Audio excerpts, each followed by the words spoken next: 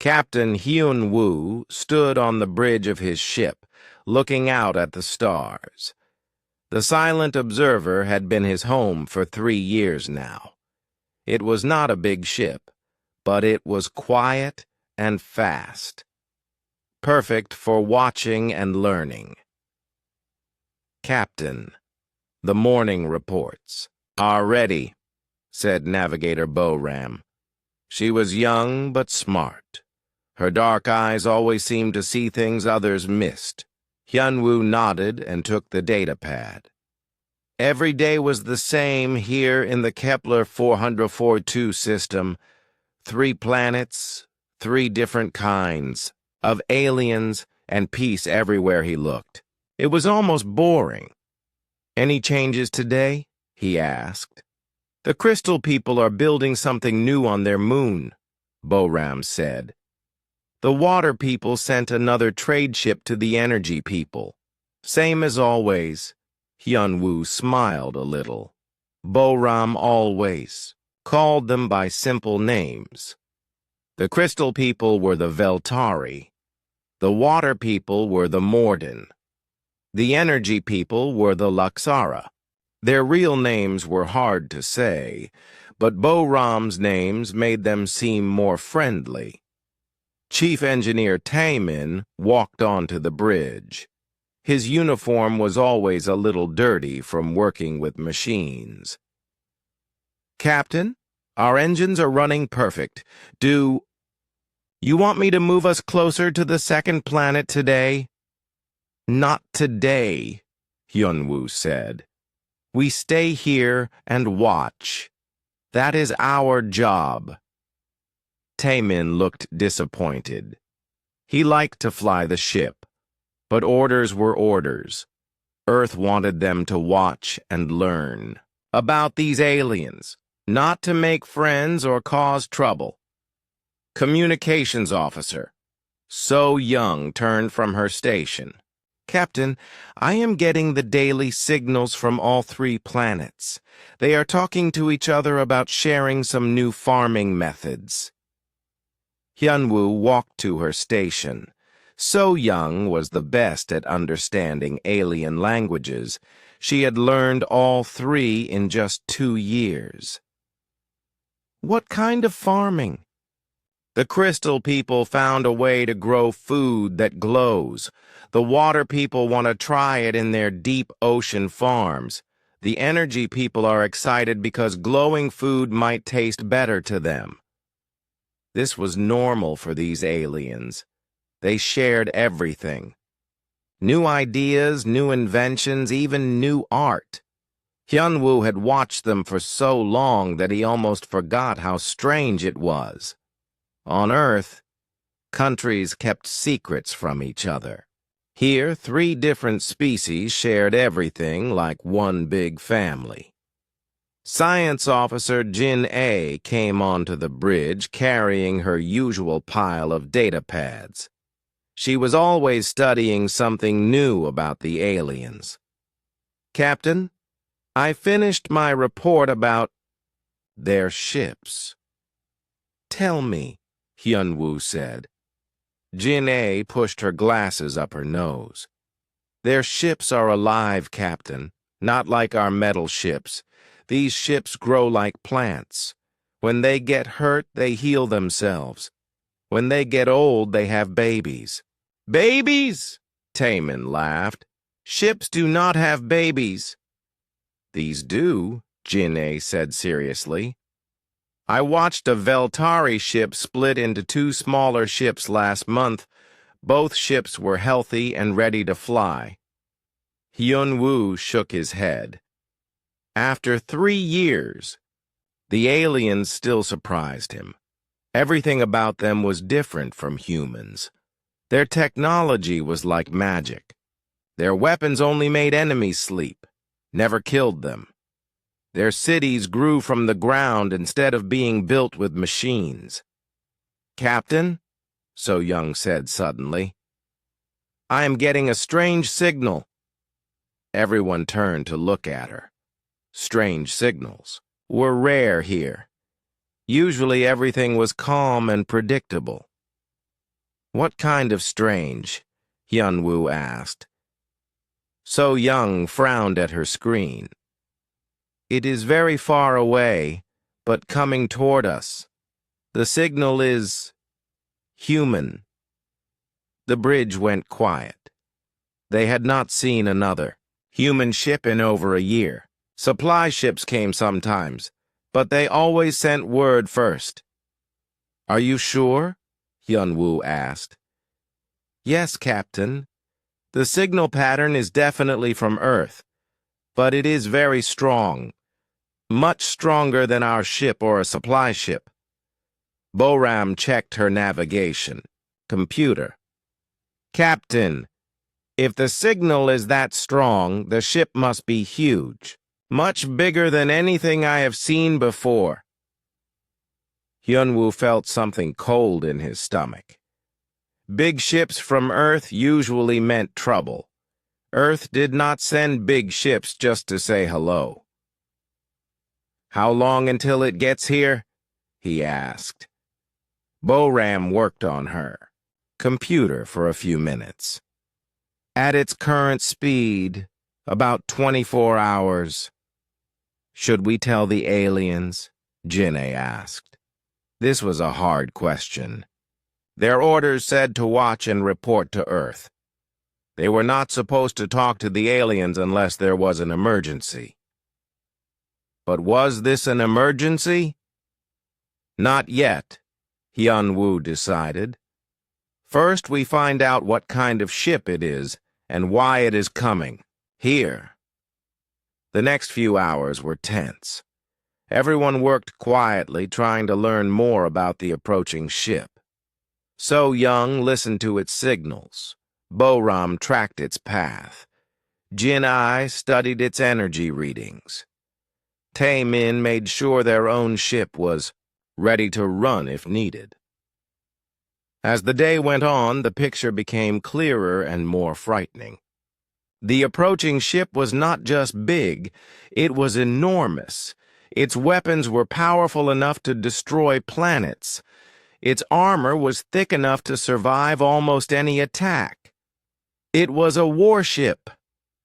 Captain, So Young said in a quiet voice, I am picking up its identification signal.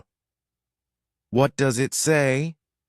It is the Retribution, Earth Defense Force, Admiral Seung-ho commanding.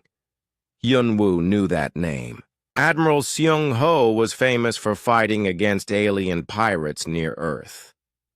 He was known for being tough and never giving up. He was also known for not liking aliens very much.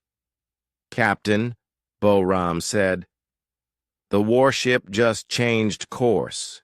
It is heading straight for the first planet, the one where most of the crystal people live. Hyunwoo looked out at the peaceful system. 3 planets full of aliens who had never hurt anyone.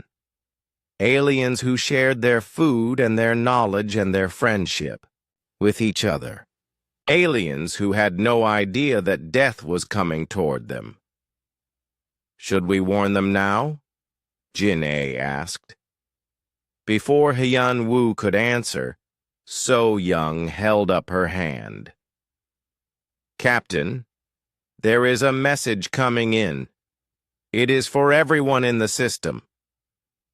Put it on the speakers. A strong, cold voice filled the bridge. It was the voice of a man who was used to being obeyed and who had no patience for arguments. This is Admiral Seung-ho of the Earth Defense Force Warship Retribution. We are entering your system. Prepare for liberation. The message ended. The bridge was silent. Hyunwoo stared out at the stars and felt his world change. Liberation was a word the military used when they planned to attack. It meant they thought the aliens were dangerous enemies who needed to be defeated. But Hyunwoo had watched these aliens for 3 years. They were not enemies. They were barely even warriors. They were gardeners and artists and teachers who happened to live on different planets. "What do we do, Captain?" Bo-Ram asked quietly. Yun-Woo did not answer right away. He was thinking about his orders from Earth. Watch and report. Do not interfere, stay hidden. But he was also thinking about the crystal people building their glowing farms, the water people sharing their new ideas, the energy people getting excited about better tasting food. In 24 hours, all of that might be gone. "We wait," Hyun-Woo said finally. "We watch. And we hope we are wrong about what is going to happen." But deep in his heart, he knew they were not wrong. The warship was coming, and after it arrived, nothing in this peaceful system would ever be the same again. Admiral Seung-ho walked through the long corridors of the Retribution. His heavy boots made loud sounds on the metal floor. Every step echoed like thunder in the quiet halls. The warship was huge. 15 kilometers from front to back. It had enough weapons to destroy a small moon. It carried 50,000 soldiers and crew members. It was built for one thing only: war. "Admiral, the briefing room is ready," said Commander Hae-won. She was the leader of the Marines, a tough woman with scars on her face from old battles. She had never lost a fight. Seung-ho nodded and followed her. The briefing room was full of officers. All of them looked serious and ready for battle. They had been traveling for 6 months to get here. 6 months of anger and planning and preparing for revenge. "Listen carefully," Seung-ho said as he stood in front of the big screen. "In 24 hours, we will reach the Kepler 442 system. Our mission is simple. We will find the aliens who destroyed our colony ship. We will make them pay." The screen showed pictures of the 3 alien planets. Beautiful worlds with clean air and clear water, worlds that looked peaceful and safe, but Seung-ho knew better. 50 years ago, humans met aliens for the first time, he continued. We thought they would welcome us. We thought they would be friends. We were wrong. The officers nodded. They all knew this story. It was taught to every child on Earth. The aliens pretended to be friendly. They gave us some technology. They let us visit their worlds. But they never treated us as equals. They thought we were too young, too stupid, too dangerous to be real partners. Weapons. Chief Dong-hyun raised his hand. He was a big man with gentle eyes. Strange for someone whose job was managing guns and bombs. Admiral, what about the colony? Ship New Horizon? Do we know what really happened? Seung-ho's face became dark. This was the most painful part of the story. 5 years ago, we sent the New Horizon to explore this system. 100,000 people, families, children. My daughter, Mi-sun, was on that ship. The room became very quiet. Everyone knew about the Admiral's daughter. She had been 25 years old, a scientist who wanted to study alien plants. She had been excited about the mission. The New Horizon sent regular reports for 3 months. Then nothing. When we asked the aliens what happened, they said there were navigational hazards. They said the ship must have hit an asteroid or gotten lost in space. Chief Medical Officer Yun-Soo looked uncomfortable. She was a kind woman who did not like violence. Admiral, maybe it really was an accident. Space is dangerous. No, Seung-ho said firmly. We searched for 2 years. We found no wreckage, no emergency signals, no trace at all. 100,000 people do not just disappear. The aliens did something to them. Political officer Jae-sung stood up. He was a thin man with cold eyes who worked for the Earth government. The aliens see us as a threat to their perfect little civilization.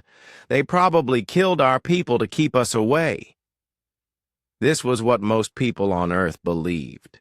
Now, the aliens were not friends. They were enemies who smiled while they planned to hurt humans.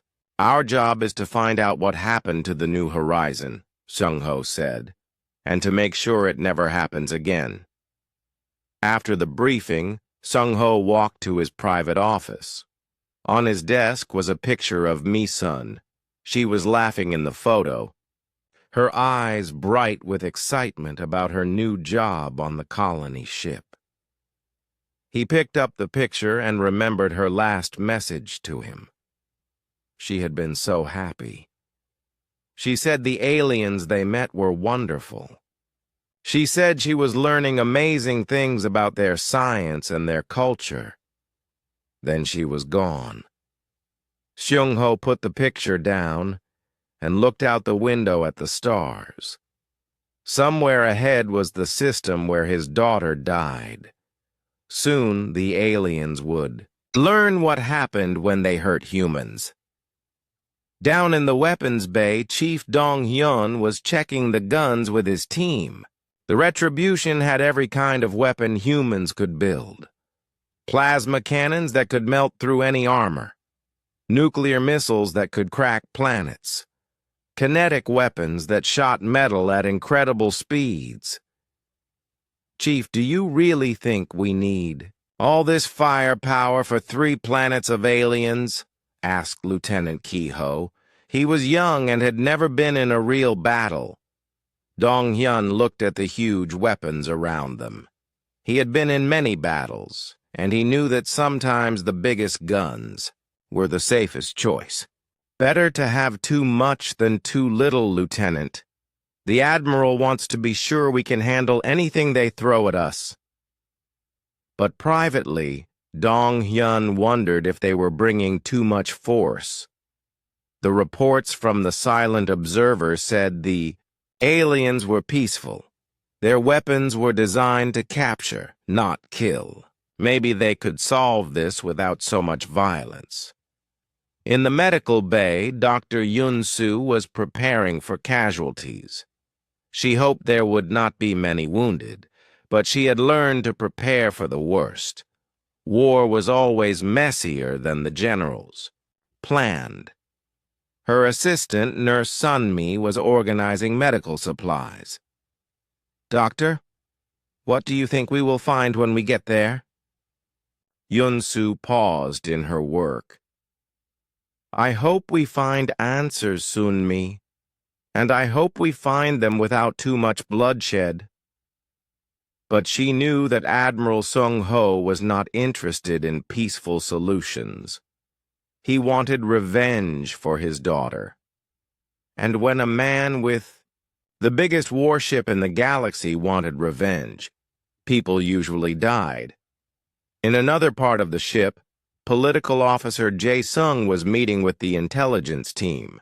They had spent months studying everything they could learn about the 3 alien species. The Crystal people, the Veltari, are the most advanced, reported intelligence officer Kyung-soo. They can manipulate matter at the atomic level. Their technology is far ahead of ours in some ways. What about their military? Jae-sung asked. That is the strange part. They do not seem to have a real military. Their ships are designed for exploration and research. Their weapons are for stunning and capturing, not killing. Jae-sung frowned. That does not make sense. How do they protect themselves? Maybe they do not need to. The 3 species in this system have been at peace for thousands of years. They do not seem to understand war the way we do. This information made Jae-sung suspicious. In his experience, Anyone who claimed to be peaceful was usually hiding something dangerous. The aliens were probably pretending to be harmless while they built secret weapons. 24 hours passed quickly. The crew of the Retribution prepared for battle. Weapons were loaded, armor was checked, Marines practiced their assault plans. Everyone was ready. Admiral Seung-ho stood on the bridge as they dropped out of faster-than-light travel. The Kepler 442 system spread out before them, 3 beautiful planets orbiting a warm yellow star, ships moving peacefully between the worlds, cities that glowed softly in the darkness. It looked exactly like the paradise his daughter had described in her last message. "Admiral, we are being scanned," reported the sensor officer. "Multiple ships are approaching. They appear to be curious, not hostile. How many ships?" 12. "They are small, probably research vessels. No heavy weapons detected." Seung-ho nodded. This was what he expected. The aliens would send some ships to greet them. They would pretend to be friendly while they secretly planned an attack. "Sir, we are receiving a transmission," said the communications officer. "Put it on the screen." The image that appeared was strange and beautiful. A creature made of living crystal, with soft blue light glowing from inside its body. It spoke in a musical voice that the computer translated into Korean. "Welcome, visitors from Earth. I am Zentari Prime of the Veltari people. We are honored by your presence in our system. How may we serve you?" The bridge was quiet. Even after all their preparation, seeing a real alien was still shocking. "Admiral, they are also broadcasting on all frequencies," the communications officer said. "They are telling everyone in the system about our arrival. They seem excited." Seung-ho stared at the crystal creature on the screen. It looked innocent and friendly, just like the lies his daughter had believed. "Open a channel," he ordered. The crystal creature waited patiently, its light pulsing gently. "This is Admiral Seung-ho of the Earth Defense Force. We are here to investigate the disappearance of our colony ship New Horizon. You will cooperate with our investigation or face the consequences." The alien looked confused. "New Horizon?" "Yes, we remember that ship. The humans who came with it are safe and well. They chose to stay with us and learn our ways. Would you like to speak with them?" For a moment, Seung-ho felt his heart jump. His daughter was alive?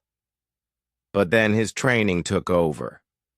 This was obviously a lie, a trick to make him lower his guard. "You will surrender all human prisoners immediately," he said in a cold voice. "Prisoners?" The alien looked even more confused. "There are no prisoners. Only friends who chose to stay. Please, let us show you—" Seung-ho cut off the transmission. He had heard enough lies. "All weapons fire at will," he ordered. "Show them what happens when they cross humanity." The first shots from the Retribution lit up space like deadly fireworks. Captain Hyun-woo watched in horror from the silent observer as plasma beams struck the Veltari science station. The beautiful crystal structure which had been studying star formation for 1,000 years exploded into bright fragments. "Captain!" Bo-Ram shouted from her station. "3 Morden transport ships just got hit. They are breaking apart." Hyun-woo could not believe what he was seeing. The alien ships were not fighting back. They were trying to run away, but they were too slow. Their ships were built for peace, not war. They had no armor, no shields, no heavy weapons. "So young, are you getting any distress calls?" he asked. "Yes, Captain. Many of them. They are asking for help. They do not understand why we are attacking them." On the main screen, Hyunwoo watched the Retribution turn toward the first planet. Its massive guns were charging up for another attack. The warship looked like a metal monster surrounded by tiny, helpless fish. "Taemin, can we reach the planet before the warship does?" The engineer shook his head sadly. "No, Captain. We are too far away, and they are too fast." Jin'e looked up from her science station with tears in her eyes. "Captain, the energy people on the second planet are trying to send a message. They want to know if they did something wrong. They are asking how they can fix it." Hyunwoo felt sick. These aliens had no idea what war really meant. They thought this was some kind of misunderstanding that could be solved with talk and friendship. On the Retribution, Admiral Seung-ho stood on the bridge watching his weapons destroy alien ships. Each explosion made him feel a little better. These creatures had killed his daughter. Now they would pay. "Admiral, the aliens are broadcasting again," said the communications officer. "Ignore them. Focus on military targets." "Sir, there do not seem to be any military targets. These ships are all for research or transport." Seung-ho turned to look at the officer. "Every alien ship is a military target. They are all potential threats." Weapons. Chief Dong-hyun looked uncomfortable. He had been watching the alien ships through his targeting systems. They were running away, not attacking. Their weapons were small and weak. It felt like hunting rabbits with a tank. "Admiral, maybe we should try to capture some of them for questioning," he suggested. Political Officer Jae-sung stepped forward. "The Admiral's orders are clear, Chief. These aliens are dangerous. We cannot take any chances." Dong-hyun wanted to argue, but he knew it would be useless. Jae-sung had the Admiral's ear, and questioning orders during battle was not allowed. On the first planet, the Veltari people were trying to understand what was happening. Zentari Prime gathered with the other leaders in their crystal city. "The humans are attacking our research stations," reported one of the younger Veltari. "They destroyed the Star Study facility and 3 peaceful ships." "But why?" asked another. "We offered them friendship. We told them about their colony ship. We offered to let them speak with the humans who stayed with us." Zentari Prime's light dimmed with sadness. "I think they do not believe us. They think we hurt their people." "Should we defend ourselves?" asked the military coordinator. "The Veltari had some weapons, but they were designed to capture and disable, not to kill." "No," Zentari Prime said firmly. "Violence only creates more violence. We will try to evacuate the civilians and continue trying to communicate." This was the way the Veltari had always solved problems, with patience, understanding, and peaceful solutions. But they had never faced an enemy who did not want to listen. On the second planet, the Morden people were having similar discussions in their underwater cities. Elder Thylon spoke to the gathered population through the water-wide communication. "System, the humans from Earth are attacking," he said in his deep, flowing voice. We do not know why, but we must protect our young and our elders." "What about the human colony ship people?" asked one of the younger Morden. "The ones who have been living with the Luxara energy beings?" "We must warn them too," Thylon said. "They may be in danger from their own species." The Morden began to evacuate their cities, moving deep underwater where the human weapons could not reach them. But many of their ships and surface facilities were defenseless. On the third planet, the Luxara energy beings were the most confused of all. They existed partly in normal space and partly in higher dimensions. Physical weapons usually could not hurt them much, but they could feel the fear and pain of their Veltari and Morden friends. Among the Luxara was Mi Sun, Admiral Sung Ho's daughter. She had been living with them for 5 years, learning their ways and slowly changing into something between human and energy being. When she felt the violence beginning, she tried to contact her father's ship. "This is Mi Sun, daughter of Admiral Sung Ho," she broadcast on all human frequencies. "Please stop attacking. These people are my friends. They saved our colony ship. When we had engine problems, we chose to stay here because we found something beautiful." But her message was blocked by Political Officer Jae Sung before it could reach the Admiral. Back on the Silent Observer, Captain Hyun Woo was facing the hardest decision of his life. His orders were clear: watch and report, do not interfere. But he was watching innocent people die. "Captain," So Young said quietly, "I am picking up communications from the alien evacuation efforts. They are trying to save their children and elders. They are not preparing for battle." "Captain," Jin'e added, "I have been studying their ship movements. They are not running to get weapons or call for help. They are just trying to get away from the fighting." Boram looked at her captain with sad eyes. "What do we do, sir?" Hyun Woo looked out at the battle.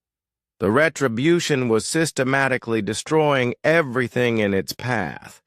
The aliens were scattering like leaves in a storm, trying to protect their families and their cultures. "We warn them," he decided. "We break radio, silence, and tell them what human military tactics look like. Maybe they can save some of their people." "Captain, that is against orders," Taemin said, though he did not sound like he disagreed. "I know," Hyunwoo said, "but watching children die is against everything I believe in." He nodded to So Young. "Open a channel to all alien frequencies. This is Captain Hyunwoo of the human ship Silent Observer. I am speaking without permission from my government. The warship attacking you will target population centers next. You need to evacuate immediately. Hide your children. Protect your knowledge. This is not a misunderstanding. This is war." The message went out across the system. On all 3 planets, alien leaders heard the warning and began desperate evacuation efforts.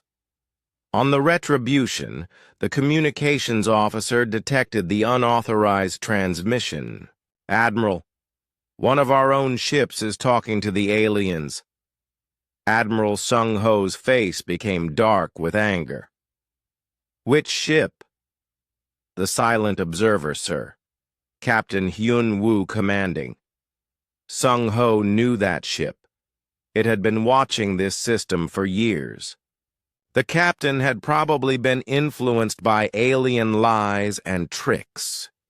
"He is a traitor," Political Officer Jae Sung said immediately. "He has been compromised by extended contact with the enemy." "Send fighters to destroy the Silent Observer," Sung Ho ordered. We cannot have humans helping our enemies. Commander Haywan looked shocked. Admiral, those are our own people. Not anymore, Sheng-Ho said coldly. Anyone who helps aliens against humans is a traitor. 12 fighter ships launched from the Retribution, heading toward the Silent Observer. Captain Hyunwoo watched them coming on his sensors. Captain, we need to run, Boram said urgently. No, Hyunwoo said. We stay and keep helping the aliens evacuate. That is the right thing to do. Meanwhile, Marine Commander Haiwan was leading assault teams down to the surface of the first planet. She expected to find military bases and weapons factories. Instead, she found research laboratories and art galleries. Commander, this building seems to be some kind of school, reported Sergeant Wu Jin. There are no weapons here, just books and computers. Haewon looked around the crystal building. The walls were covered with beautiful art showing the history of the 3 alien species. It showed them meeting each other, learning from each other, building a civilization together. Keep searching, she ordered. The weapons must be hidden somewhere. But as her Marines searched building after building, they found only peaceful things. Libraries full of knowledge, gardens full of beautiful plants, workshops where artists made sculptures and music. Commander, called another sergeant, we found some humans. Hae-Won ran to where her Marines had gathered. In a large crystal room, there were indeed humans, but they were not prisoners. They were not hurt or scared.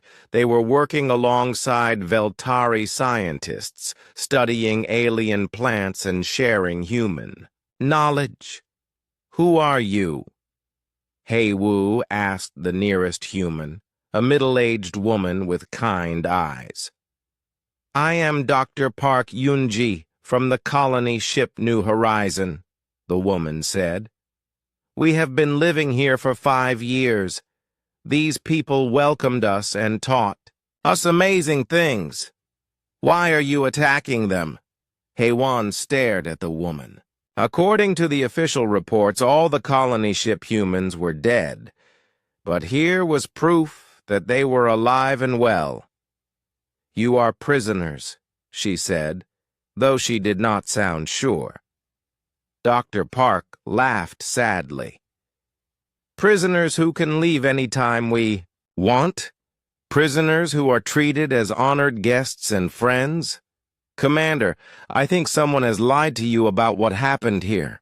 6 hours had passed since the attack began. The 3 planets that once glowed with peaceful cities now showed dark spots where the Retribution's weapons had struck. Smoke rose from burning buildings. Debris floated in space where alien ships used to fly. Commander Hae-Won stood in the main archive building of the Veltari capital city.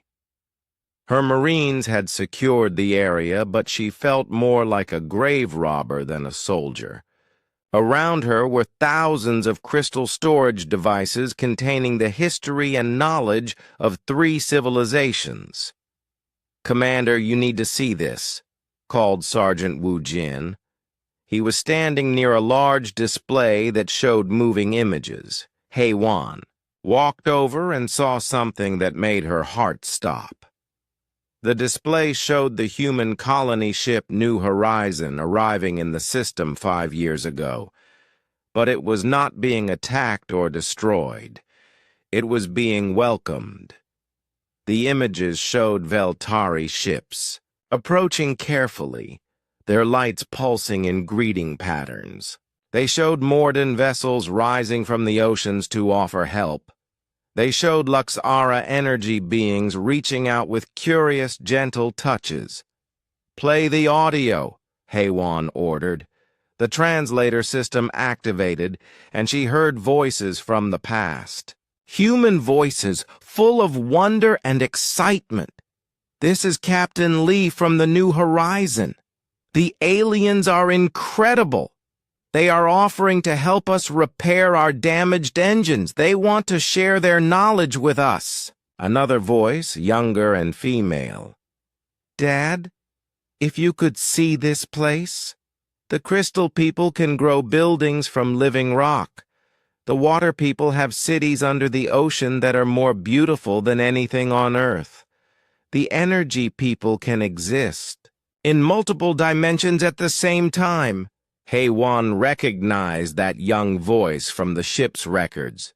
It was Mi-Sun, Admiral Seong-Ho's daughter. "Keep playing," she said quietly. The images showed humans and aliens working together. Humans learning alien sciences, aliens learning human arts, children from both species playing together in gardens that glowed with soft light. "This is Dr. Park Yoon-ji, Chief Scientist of the New Horizon. We have been invited to stay as long as we want. The aliens have offered to share their most advanced technologies with us. They ask for nothing in return except friendship and knowledge exchange." The final image showed a ceremony where humans and aliens exchanged gifts. The humans gave art, music, and stories from Earth. The aliens gave seeds that could grow in any soil, crystals that could store infinite information, and energy patterns that could power cities without pollution. "Commander," Sergeant Wu Jin said in a quiet voice, "these people were not prisoners. They were guests." Hei-Wan nodded slowly. Everything they had been told about the New Horizon was wrong. The colonists had not been killed or captured. They had been welcomed into a peaceful civilization and had chosen to stay. "Keep searching," she ordered. "Find more records. I want to know everything." As her Marines explored deeper into the archive, they found even more disturbing evidence. The aliens had detailed records of every human ship that had ever entered their space. They had helped lost ships find their way home. They had shared food and medicine with human crews who needed it. They had even sent gifts to Earth as signs of friendship. All of these peaceful gestures had been ignored or rejected by Earth's government. Meanwhile, in space above the first planet, Captain Hyun-woo was still fighting for his life. The fighters from the Retribution were fast and heavily armed. The Silent Observer was just a small research ship with weak weapons and thin armor. "Captain, our engines are damaged," Taemin reported. "We cannot run much longer." "Hull breach on Deck 3, added So Young. "We are losing air." Jin-A looked up from her station with tears on her face. "Captain, I am detecting alien ships heading toward us. I think they are coming to help." Hyun-woo looked at his sensor display. 3 alien vessels were indeed approaching. They were small, research ships, barely armed, but they were putting themselves between the Silent Observer and the attacking fighters. "Why would they help us?" Bo-Ram asked. "We are humans. Our people are destroying their homes."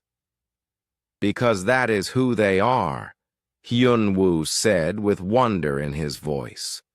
"They help anyone who needs it, even their enemies." The alien ships used their weak weapons to distract the human fighters.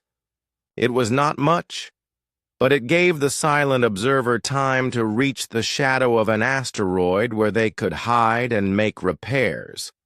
On the Retribution, Admiral Sung-Ho was getting frustrated. The battle should have been over by now. The aliens should have surrendered or been destroyed.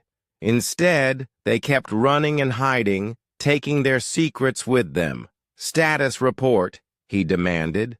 We have destroyed 60% of their surface facilities, reported the tactical officer. But most of their population has escaped to hidden shelters. We are also detecting large numbers of ships moving toward the outer system. They are trying to evacuate their leaders and their technology, Political Officer Jae-sung said. We cannot let them escape.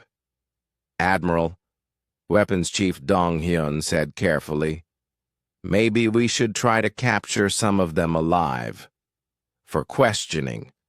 The Marines, on the surface, are finding evidence that our intelligence about this system might be wrong. Jae-sung turned to glare at Dong-hyun. Wrong? How could it be wrong? The Marines found humans from the New Horizon. They say they were never prisoners. They say they stayed here by choice.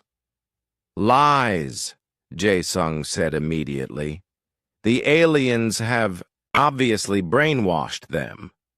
But Admiral Sung-ho was listening now. What exactly did the Marines find? Dong-hyun activated a communication link to Commander Haiwan on the surface. Commander, report on the colony ship survivors.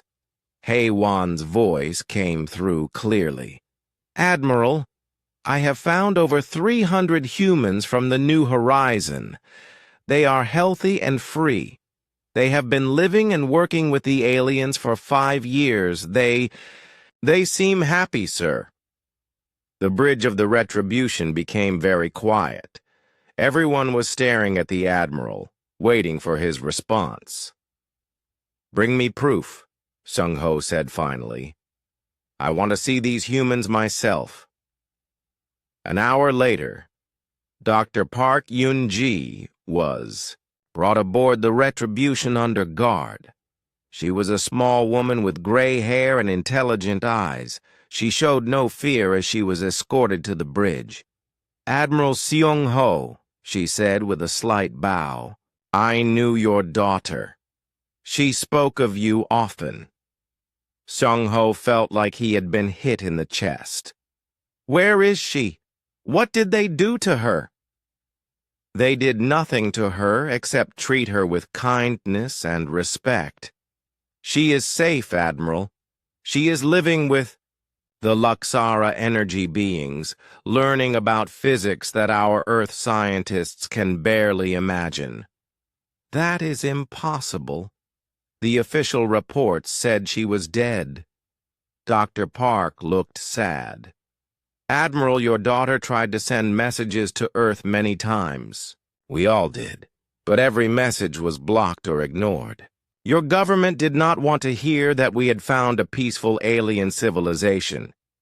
It did not fit with their plans for expansion and conquest. Political Officer Jae-sung stepped forward angrily. This woman has obviously been brainwashed by alien mind control techniques, but Dr. Park just laughed. Mind control! Admiral, have you seen the weapons these people use? They are designed to put enemies to sleep, not hurt them. They have no concept of torture or forced obedience. The idea of brainwashing is completely foreign to them. She pulled out a small crystal device. This contains 5 years of records, video messages from your daughter, scientific discoveries we made working with the aliens, art and music created by humans and aliens together, everything that really happened here. Admiral Sung-ho took the crystal with shaking hands. For 5 years, he had believed his daughter was dead. For 5 years, he had planned revenge against her killers. Now he was being told that she was alive and happy, living in a peaceful civilization that he was currently destroying. Play it, he ordered. The crystal activated, and the bridge was filled with images of the New Horizon colony. But these were not the dark, sad images Seung-ho had imagined. These were bright, joyful. Scenes of humans and aliens working together, and there, in the center of many images, was Mi-sun. She looked older than when he had last seen her, but she was healthy and smiling. She was working in a laboratory with Veltari scientists, her eyes bright with excitement as she made new discoveries. "Dad, I wish you could see this," her recorded voice said. "We have learned how to grow food that can survive in any climate. We have learned how to generate clean energy from empty space itself. We have learned that the universe is much more wonderful than we ever imagined." Admiral Seung-ho watched his daughter's face and felt his world cracking apart. Everything he believed, everything he had planned, everything he had done in the last 6 hours was based on lies. "Where is she now?" he asked in a whisper. "She is somewhere in the system, trying to help evacuate the civilians you are attacking," Dr. Park said gently. "She has been trying to contact you all day, but your political officer has been blocking her messages." All eyes turned to Jae-sung. He looked defiant, but also nervous. "I was protecting the Admiral from alien propaganda." "You were protecting your own lies," Dr. Park said. "The truth is that Earth's government never wanted peace with aliens.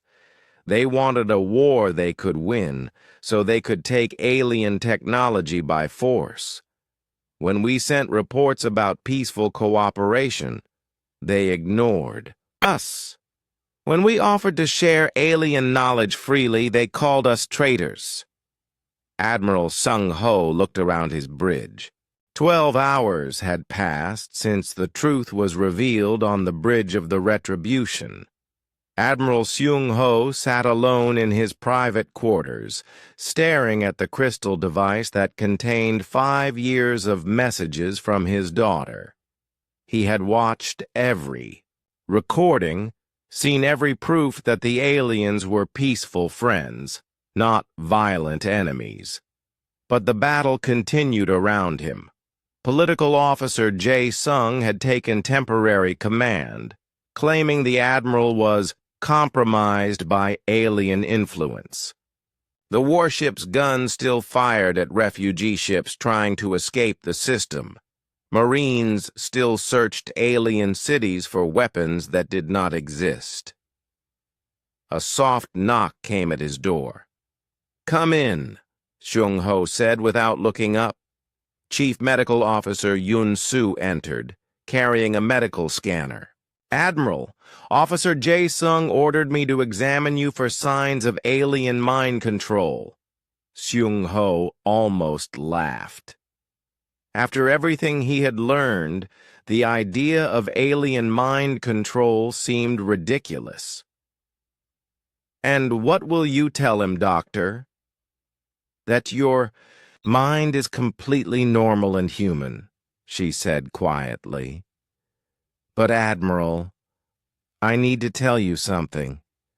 I have been treating wounded aliens in my medical bay, prisoners that the Marines brought up from the planet. What about them?" Dr. Yun-soo sat down across from him. "Admiral, I am a doctor. I have studied biology for 30 years. These aliens, their bodies are designed for peace, not just their technology or their culture, their actual biology." She activated her medical pad and showed him scans of alien physiology. "Look at their brain structures. The parts that control aggression and violence are almost non-existent. The parts that control empathy and cooperation are enormously developed. They are literally incapable of the kind of hatred and cruelty that humans can feel." Seung-ho looked at the scans. What are you saying? I am saying these beings evolved to be peaceful. They cannot be the monsters that Earth's government claimed. They were. It would be like expecting a flower to bite you or a song to stab you. It is not in their nature. Before Sung Ho could respond, alarms began sounding throughout the ship. Commander Haiwan's voice came over the communication system. All hands, battle stations, large alien vessels approaching from the outer system. Sung Ho and Dr. Yun Su rushed to the bridge. On the main screen, they could see massive ships approaching. But these were not warships. They were huge, curved vessels that looked more like floating cities than military craft. Report, Seung Ho ordered as he took his command chair. 15 large vessels, Admiral, reported the tactical officer. Each one is carrying approximately 50,000 life forms. No heavy weapons detected, but their shields are incredibly strong. Political Officer Jae Sung looked excited. Perfect. They are bringing their entire population to us. We can capture them all at once. But Captain Hyun-woo's damaged ship was still hiding in the asteroid field, and his communications were still working. His voice came through on an open channel. Admiral Seung Ho, this is Captain Hyun-woo. I have been monitoring those ships. They are not coming to attack you. They are evacuation vessels. The aliens are trying to save their entire civilization by running away. Impossible, Jae Sung said. Why would they bring their whole population into weapons range? Dr. Park Yun-ji, who was still on the bridge under guard, spoke up. Because they are hoping that even humans would not attack helpless civilians. They are betting their lives that you have some mercy left. On the main screen, one of the massive alien ships moved closer. It was beautiful, with flowing lines and soft lights. Through its transparent sections, they could see families of aliens looking out at the human warship. Children, elders, artists, scientists, entire communities packed together, trusting their leaders to find them safety. Sir, we are receiving a transmission from the lead vessel, the communications officer reported. Put it on screen. The image that appeared was familiar. It was Zentari Prime, the Veltari leader who had first greeted them. But now the crystal being looked tired and sad. Its internal light was dim with sorrow. Admiral Sung Ho of Earth, Zentari Prime said in its musical voice. We are leaving this system that has been our home for thousands of years. We do not want to fight you. We only ask that you let our people go in peace. Where will you go? Sung Ho found himself asking. Anywhere you are not, came the simple reply. We will find empty worlds far from human space. We will rebuild our civilization where it cannot threaten yours. Jae Sung stepped forward. Do not listen to them, Admiral. This is our chance to capture their entire population.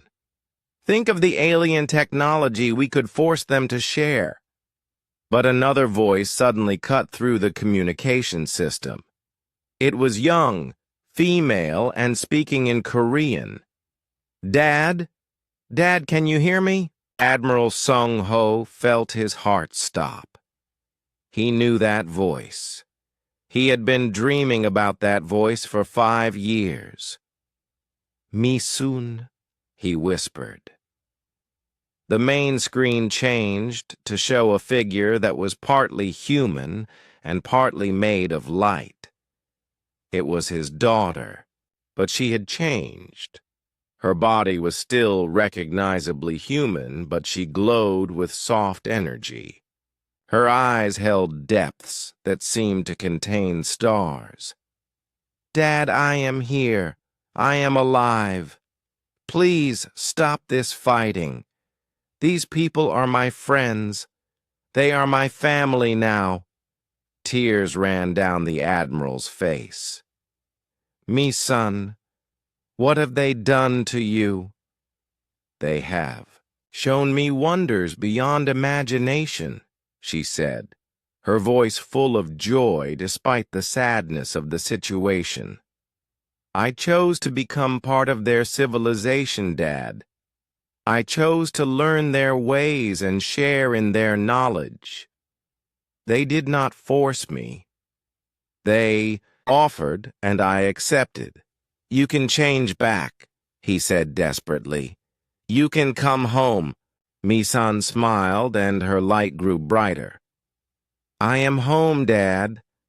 I have been home for 5 years. These beings taught me that home is not a place. It is where you are accepted and loved for who you are."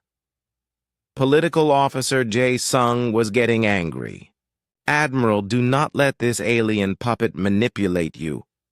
That thing is not your daughter anymore." Misun turned her glowing eyes toward Jae-sung. "I am still his daughter. I am still human. But I am also more than I was before. The Luxara taught me how to exist in multiple dimensions. I can see things that normal humans cannot see." "What things?" Shung-ho asked. "I can see the future, Dad. I can see the paths that choices create. If you continue this attack, if you capture these people and force them to share their technology, it will destroy both of our species." "How?" Misun's light dimmed with sadness. "Forced knowledge is poisoned knowledge. Technology taken by violence becomes violent. If humans steal alien science through war, they will use it to make worse wars. Eventually, they will destroy themselves and everyone around them." She paused, and when she spoke again, her voice carried the weight of prophecy. "But if humans learn to cooperate with aliens, if they choose friendship over conquest, they will become something greater than either species could be alone." Commander Hae-won had been listening quietly, but now she spoke up. "Admiral, my Marines have been reporting strange things from the planet's surface. Weapons that heal instead of hurt. Buildings that grow food instead of consuming resources. Art that actually makes people feel peaceful when they look at it." "That is impossible," Jae-sung said. "I thought so too," Hae-won continued. "But I have seen it with my own eyes. These aliens have technology that could solve every problem on Earth. Clean energy, unlimited food, medicine that can cure any disease. They were willing to share all of it freely. All we had to do was ask nicely." Dr. Yun-soo nodded. "Admiral, the wounded aliens in my medical bay have been teaching my nurses new healing techniques. Even while we hold them prisoner, they are trying to help us." Admiral Sung-ho looked around his bridge. His daughter glowed on the main screen, surrounded by alien refugees. His crew was staring at him, waiting for orders. Outside, the most powerful weapons humanity had ever built were aimed at families who only wanted to escape. "Stand down all weapons," he ordered quietly. "What?" Jae-sung spun around. "Admiral, you cannot—" "Stand down all weapons," Shung-ho shouted. "That is an order." But Jae-sung was not finished.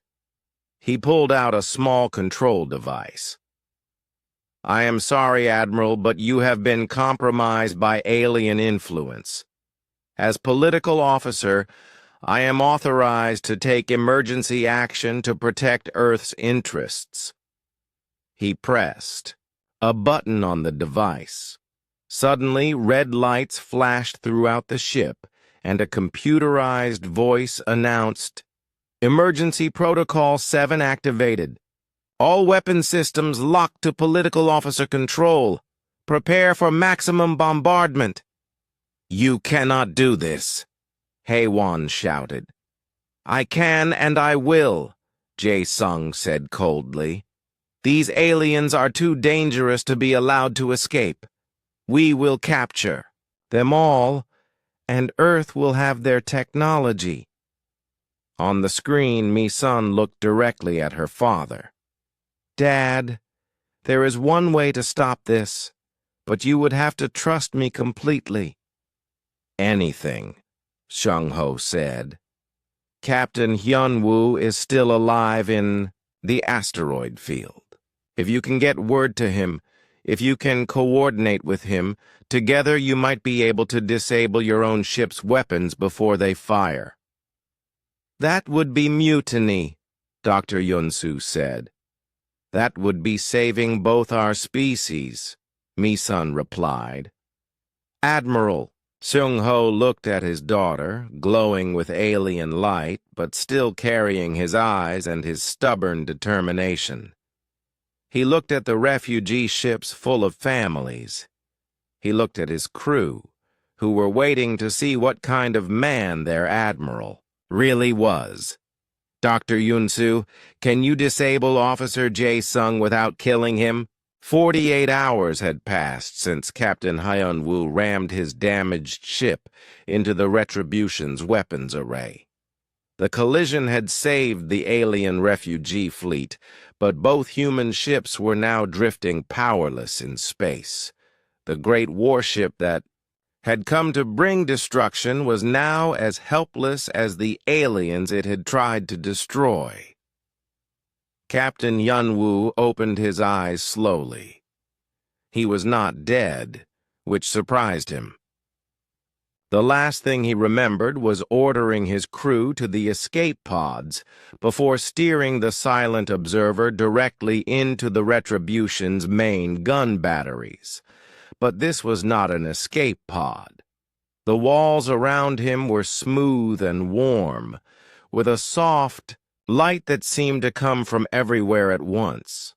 The air tasted clean and sweet, like mountain water and starlight. When he tried to sit up, he felt no pain despite the massive injuries he should have suffered in the crash. "Welcome back to life, Captain Hyun-woo." He turned to see a figure approaching. It was tall and graceful, made of living crystal that pulsed with gentle blue light, a Veltari, but unlike any he had seen before. This one was ancient, its crystalline structure complex and beautiful beyond description. "I am Velthara the healer," the being said in a voice like wind chimes. "You were brought to us nearly dead. We have spent 2 days growing new parts for your body where the old ones were destroyed." Hyun-woo looked down at himself. His arms and legs looked normal, but when he held his hand up to the light, he could see faint crystal patterns under his skin. "You saved me?" "We saved each other," Velthara replied. "Your sacrifice stopped the weapons that would have killed thousands of our people. In return, we gave you the gift of healing. You are now part human, part Veltari. You will live much, longer than normal humans, and you will be able to understand our technology directly." "What about my crew?" "They are safe. Navigator Bo-ram is learning navigation from the Morden, who can chart courses through dimensions your people have not discovered yet. Engineer Tae-min is working with our ship growers, learning how to build vessels that heal themselves. Communications. Officer So Young is helping translate between our languages. Science Officer Jin A is studying with the Luxara energy beings, learning physics that will change how humans understand the universe. Hyun-woo stood up carefully. His new hybrid body felt strong and healthy, but strange. And the retribution. Come and see. Velthara led him through corridors that curved and flowed like living things. The walls were covered with growing plants that provided light, air, and even food. Everything was designed to support life, not destroy it. They emerged onto an observation deck, and Hyun-woo gasped at what he saw. The retribution was still there, but it was completely changed. Instead of cold metal and sharp edges, the warship was covered with organic growths. Gardens bloomed along its hull. Transparent domes showed forests growing inside what used to be weapon bays. The humans on your warship made a choice, Velthara explained. After political officer Jae-sung was removed from power, Admiral Sung-ho asked us to help transform his ship from an instrument of war into a place of learning. All of them agreed? Not all. About 30% chose to return to Earth in small ships we provided. They could not accept the idea of cooperation with aliens, but 70% stayed to learn. Through the transparent walls, Hyun-woo could see humans and aliens working together. Commander Hai-won was training with Morden warriors, learning combat techniques that subdued enemies without killing them. Dr. Yun-soo was working in a medical garden where plants grew medicine customized for each patient's specific needs. Where is Admiral Seung-ho? With his daughter. Come. They are waiting for you. They traveled through more living corridors to a central chamber that took Hyun-woo's breath away. It was like being inside a star. Energy patterns flowed through the air in beautiful colors. And floating in the center of it all were two figures. Admiral Sung-ho was there.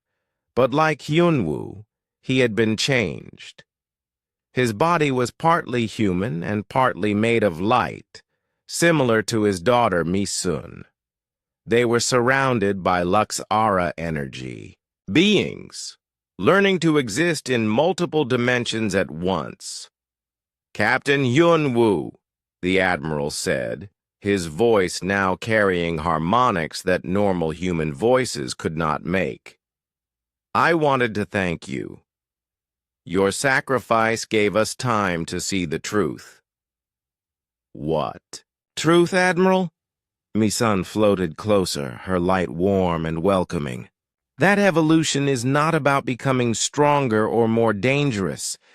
It is about becoming more connected, more understanding, more capable of working together. She gestured to the chamber around them. Look at what we have built in just 2 days. Humans, Veltari, Morden, and Luxara, all working as one. We are creating technologies that none of our species could develop alone. Hyun-woo could see it was true. The chamber was filled with impossible devices, machines that turned thoughts into reality. Computers that calculated using emotion as well as logic. Weapons that had been transformed into tools for creation rather than destruction. What happens now? He asked. Admiral Sung-ho smiled, and his light grew brighter. Now we build something new.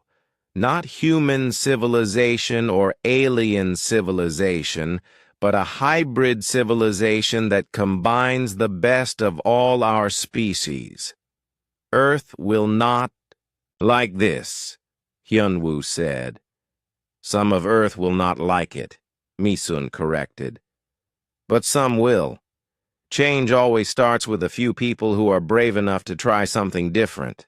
Over the following days, Hyunwoo learned about the transformation that was taking place.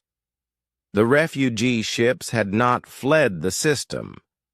Instead, they had become the foundation of a new kind of society.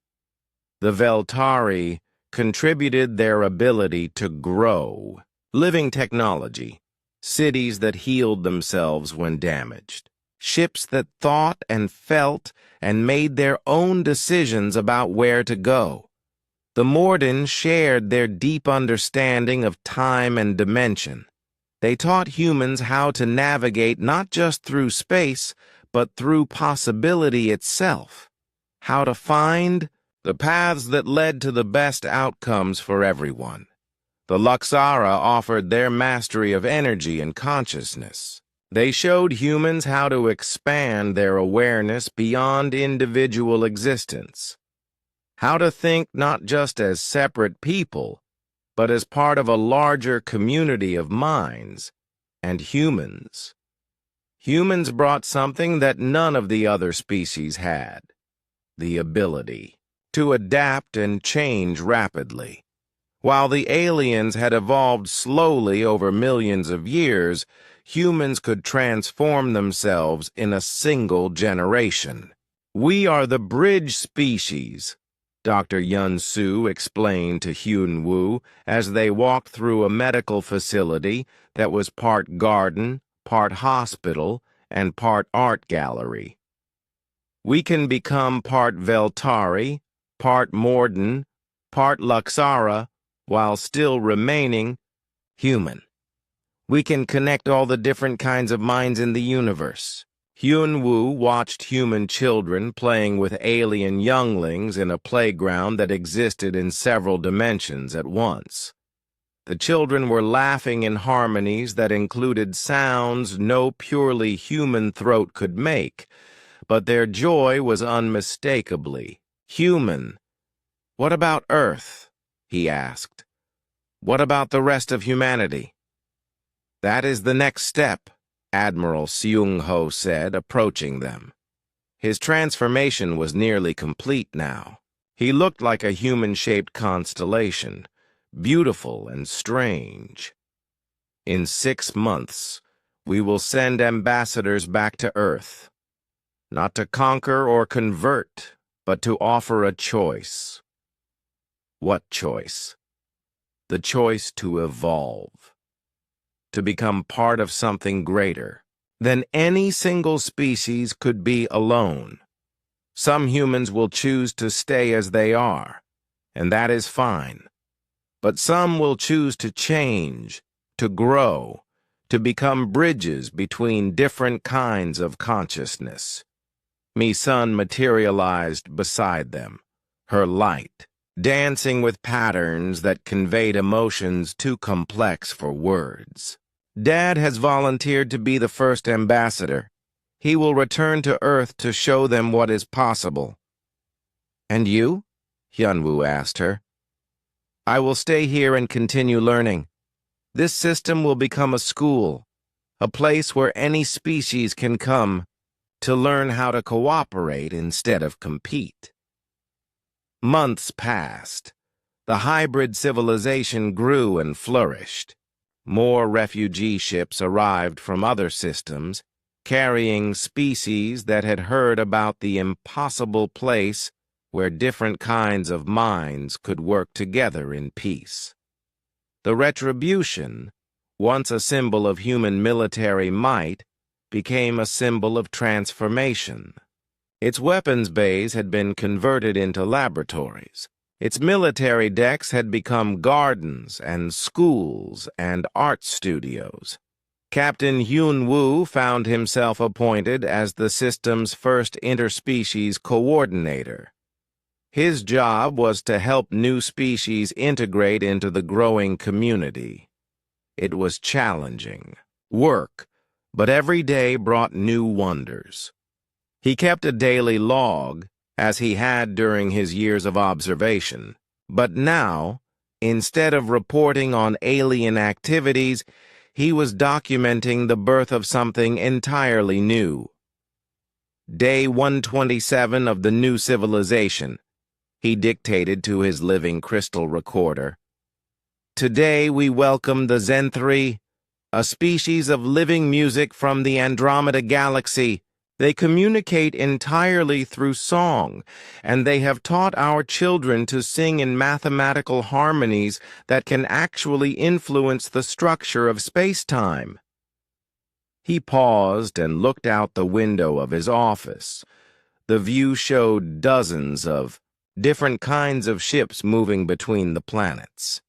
Veltari crystal vessels that grew like flowers, moored in bubble ships that flowed like water, Lux-Ara energy forms that existed as pure light, and scattered among them, human ships that were slowly transforming into something new.